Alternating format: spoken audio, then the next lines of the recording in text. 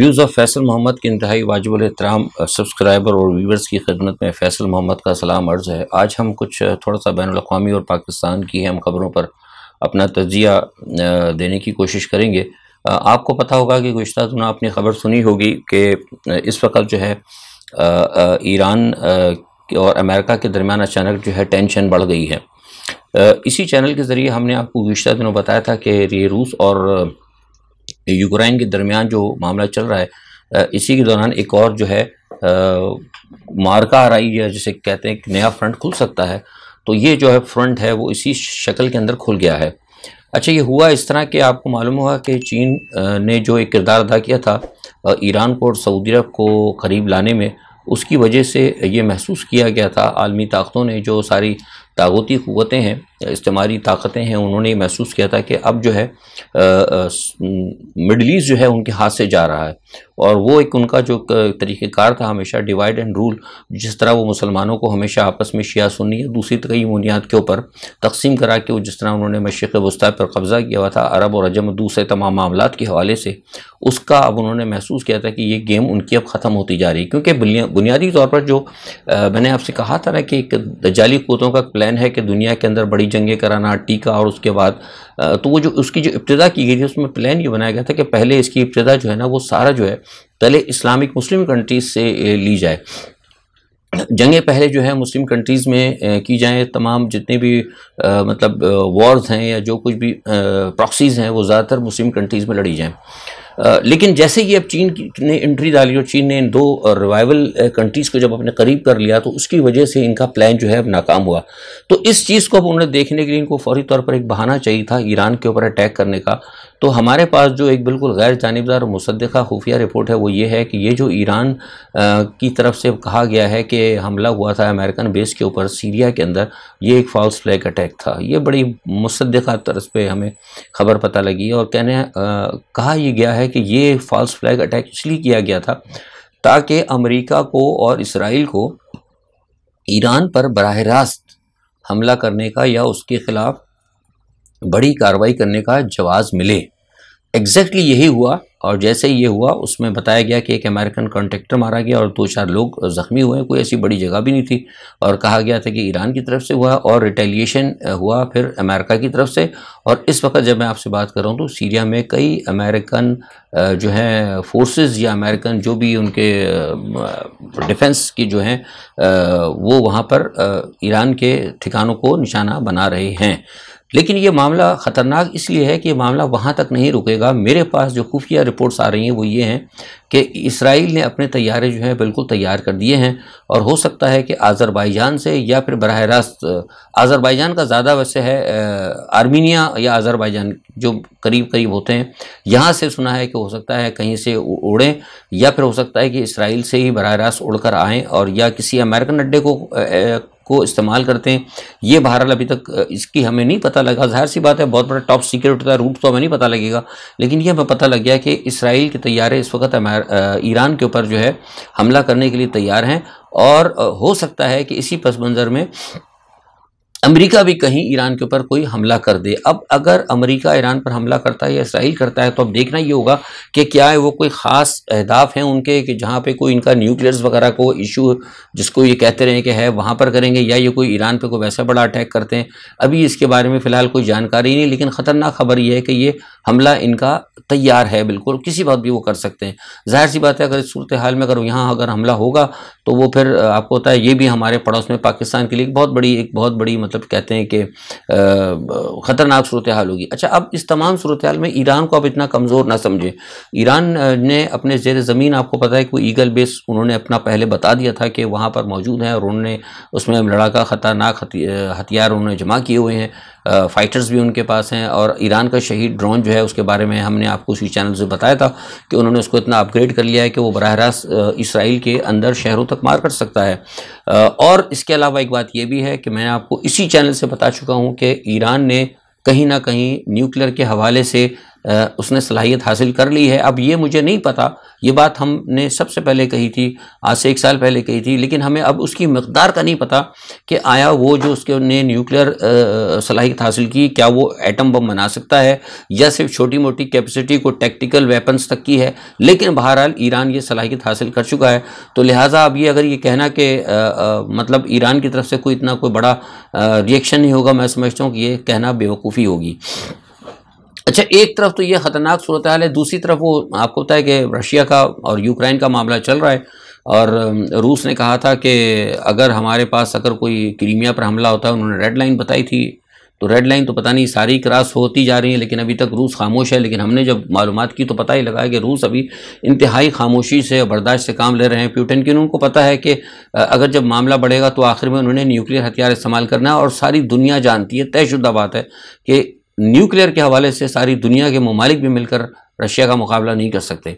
तो मैं समझता हूँ कि शायद ये एक ऐसी बात है, इसकी वजह से प्यूटिन जो है मुतमईन है। लेकिन एक बात आज ये हुई कि क्रीमिया पे भी हमले हुए हैं यूक्रेन की तरफ से, लेकिन इतना बड़ा हमला नहीं हुआ था। लेकिन आज एक चीज़ जो हुई वो ये है कि क्रीमिया के ऊपर जो है ना यूक्रेन का कोई झंडा किसी टावर पे लगा दिया गया, उसकी वजह से जो है रूस के अंदर बड़ी ज़बरदस्त मतलब एक तशवीश की लहर आई है। और उन्होंने कहा कि ऐसा महसूस होता है कि यूक्रेन जो है हर सूरत में क्रीमिया पर हम कब्ज़ा करने की कोशिश करेगा। तो लिहाजा वो ये कहते हैं कि इसके ऊपर कब्ज़ा करने की कोशिश जो है वो बुनियादी तौर पर हमारे रूस पर हमला समझा जाएगा। और अब जो उनके दिमित्री तोफ हैं, उन्होंने पहले भी कहा था, लेकिन इस मरतबा उन्होंने सुना है कि सफारतखानों के ज़रिए तमाम मुल्कों को कह दिया कि अगर क्रीमिया पर अगर हमला हुआ या मतलब अगर बड़ा हमला हुआ या क्रीमिया पर कब्ज़ा करने की कोशिश की, तो हमारे पास ये राइट होगा कि हम तमाम फिर अपने जो है न्यूक्लियर हथियार इस्तेमाल करें। और उन्हें ये बाज़ाब्ता इस मरतबा डिप्लोमेटिक तरीके से तमाम दुनिया को वार्न कर दिया है। अच्छा, उनकी इस धमकी से यूरोप के कुछ मुल्कों में फ़र्क तो पड़ा है, खौफ तो आया है उनको, लेकिन अमेरिका जो है ना वो उसको खात्मे नहीं ला रहा। मुझे लगता है कि अमेरिका जो है ना चाहता है कि कोई बड़ी जंग हो। अमेरिका ने कह दिया, उसको यकीन है पूरा, वो कहते हैं कि ये इस्तेमाल नहीं करेगा।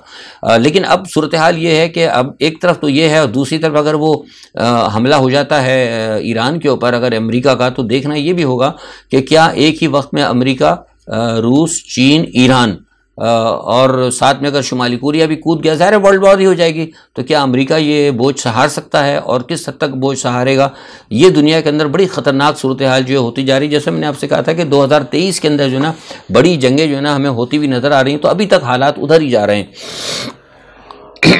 माफ़ कीजिएगा। अच्छा, अब यूक्रेन के हवाले से एक बात और ये भी है कि रूस ने कह दिया है कि यूक्रेन के ऊपर हम कोशिश करेंगे कि अमेरिका की तरफ से कोई बड़े हमले होने से पहले पहले हम यूक्रेन पर को फतह करें, या यूक्रेन के जो उनके एक मखसूस अहदाफ है उनके उस इलाके के अंदर, हम उनको अपने कब्ज़े में ले लें और फिर वहाँ पर आकर हम अपने न्यूक्लियर जो है वहाँ पर डिप्लॉयमेंट करें। अब पता नहीं ये इस पे मामला कहाँ तक जाता है, लेकिन इस वक्त जब मैं आपसे बात कर रहा हूँ तो इस वक्त दुनिया की सियासी सूरत हाल जो है बहुत उलझी हुई है और बहुत ज़्यादा ख़राब है हालात। और किसी वक्त भी मतलब आप अगर सोए हुए उठेंगे तो आपको ये पता लगेगा कि हो सकता है कोई बहुत बड़ा, कोई जिसे कहते हैं ना कि बहुत बड़ी कोई जंग छिड़ चुकी है। इस वक्त किसी वक्त भी मतलब एक ट्रिगर जो है ना, सिर्फ एक छोटी सी तीली लगने की देर है, या तो मशरिक़ वस्ता के अंदर कोई बहुत बड़ी जंग छिड़ जाएगी या इधर जंग छिड़ जाएगी। क्योंकि मशरिक़ वस्ता के अंदर भी मैंने आपको बताया कि इनको बहुत ज़्यादा प्रॉब्लम हो गई है, इनका सारा मामला पिट गया है। क्योंकि ईरान के साथ सऊदी अरब का ताल्लुक़ सही होने के बाद ईरान के सऊदी अरब के साथ साथ सीरिया के ताल्लुकात भी दुरुस्त होते गए हैं। और सबसे बड़ी बात यह है कि जब सीरिया के और सऊदी अरब के जो ताल्लुकात दुरुस्त हुए तो उसका मतलब ये है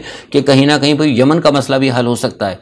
और इसके अंदर सबसे देखिए जो स्मार्ट मूव कर रहा है वो इंडिया कर रहा है। इंडिया ने जो अपने वो हैं सलामती के मुशीर, उनको फौरी तौर पर वो सीरिया पहुंच गए। इधर आप ये गौर करें कि कितनी फास्ट ट्रैक पे जा रहे हैं वो लोग, कि इधर उनकी बातचीत हुई है और इधर जो है इंडियन जो है सलामती के मुशीर जो है वहाँ पहुँच गए और उन्होंने इराक की सलामती के मुशीर के साथ बाज़ाब्ता बातचीत की है और इराक को, इराक की एजेंसियों को और अपना हिंदुस्तान की एजेंसियों को, सबको मिलाकर, ईरान के साथ तो ऑलरेडी उनको भी मिलाकर काम करने की कोशिश की है। और हमारे पड़ोस के अंदर हमारा पड़ोसी मुल्क भारत कितना आगे जा रहा है और हम कहाँ खड़े हैं, इसका फैसला आपने करना है।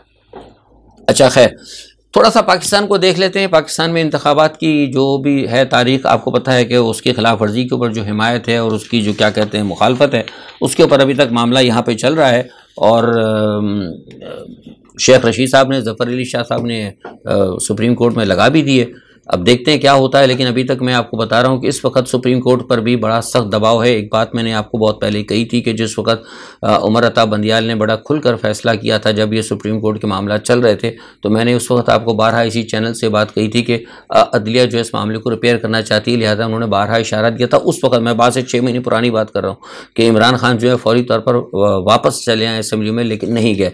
उस वक्त बार बार इनको ये कहा गया था कि आप बैठ कर बातचीत कर लें, लेकिन इन्होंने कहा कि मैं किसी से बात नहीं करूँगा, और बल्कि बड़ा सख्त इनका रवैया था। तो अब हम उस वक्त भी ये कहते थे कि ये जो है ना मामला जो है ये मैन मेड क्राइसिस है, ये तो बाजवा ने जो करना था वो कर गया। लेकिन सवाल ये पैदा होता है कि हम जो लोग यहाँ पर बैठे हैं, इमरान खान जो है एक बहुत बड़े सियासी लीडर हैं, और उनको अब आगे बढ़ के सारे मामलात को आगे बढ़ाना चाहिए। और मेरा शुरू से ये मौक़िफ़ रहा है, रोज़ अव्वल से। लोग उससे गलत कहते हैं कि देखिए जो आदमी ताकतवर होता है, जिसके साथ अवाम होती है, वो अगर जब नेगोशिएशन की टेबल पर आता है तो उसकी पावर ऑफ नेगोशिएशन ज़्यादा होती है, क्योंकि उसके पीछे बंदे खड़े होते हैं, उसके पीछे फोर्स होती है। लेकिन अगर आपके पास फोर्स भी है, कौम भी आपके साथ है, लेकिन अगर आप निगोशिएशन की टेबल पर नहीं आते और आप कहते हैं मैं किसी की बात ही नहीं मानूंगा, तो फिर वो ये है कि आप अपने आगे खुद एक बंद मान देते हैं। वो बंद क्या है कि मैं इससे आगे नहीं बढ़ूंगा, बस मेरा ये मुतालबा, इससे आगे नहीं बढ़ूंगा। तो नतीजा कहता है कि आप अपने ही हिसार में गिरफ्तार हो जाते हैं। इमरान खान के साथ अभी तक यही हुआ है।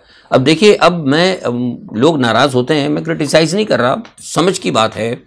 इमरान खान साहब ने बड़े बड़े जलसे किए, पाकिस्तान की तारीख में रिकॉर्ड तोड़ा, 50 जलसे किए, इससे पहले भी मीनार पाकिस्तान भरा। तो मुझे बताइए कि क्या उनके जलसे करने से हुकूमत गिर गई?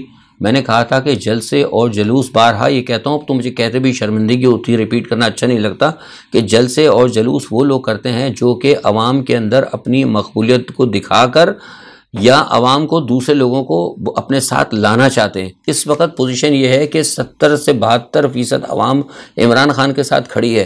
तो इनको जलसे और जुलूसों की ज़रूरत नहीं है, बिल्कुल ज़रूरत नहीं है इनको। ये टाइम वेस्ट ऑफ टाइम है। अब मुझे बताइए कि आज ये इतना बड़ा जलसा हो रहा है, मेरा अपना ख्याल है लाखों रुपए, पता नहीं अरबों रुपए, मुझे नहीं पता कि हुकूमत कितने खर्च कर रही है इस जलसे को रोकने के लिए। डिप्लॉयमेंट, रेंजर्स और पुलिस और ट्रेलर पकड़ना, इनको पैसे देना, पुलिस का आगे पीछे, ज़ाहिर पैसा तो लग ही रहा हो ना हुकूमत का।